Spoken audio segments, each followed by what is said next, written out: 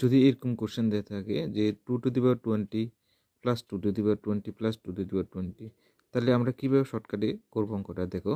তো আমরা প্রথমে দেখো এখানে সবগুলোর বেস সেম এবং কি পাওয়ার সেম। তাহলে আমরা কী করবো, এখানে 2^20কে কমন নেব।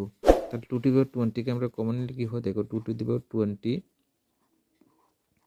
তাহলে এখানে কমন নিলে কত থাকবে, 1 প্লাস 1 প্লাস 1 প্লাস 1।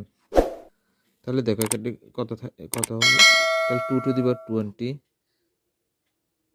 2^20 ইন্টু 4, ঠিক আছে। তাহলে 2^20 ইন্টু 4, আচ্ছা 2^20 ইন্টু 4, তাহলে আমরা 4কে কী করবো, 2 স্কোয়ার করবো।